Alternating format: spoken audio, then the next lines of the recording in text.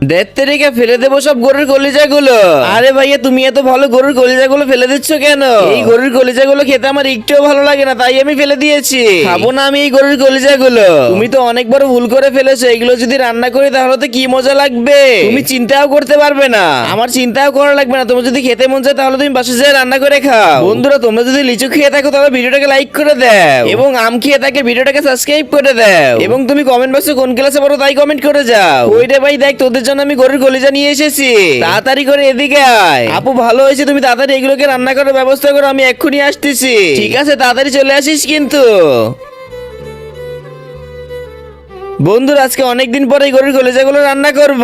এর জন্য প্রথমে একটু ভালো করে এগুলোকে ধুয়ে নিয়েছি, তারপরে সব ধরনের মশলা একসাথে কাটাকাটি শেষ করে একে একে আমি সবগুলো ঢেলে দিলাম। তারপর কলিজাগুলো গরম কলার মধ্যে রান্না করলেই হয়ে যাবে একদম রেডি। আমি একটু খেয়ে দেখি কেমন হয়েছে। অনেক বেশি মজা হয়েছে।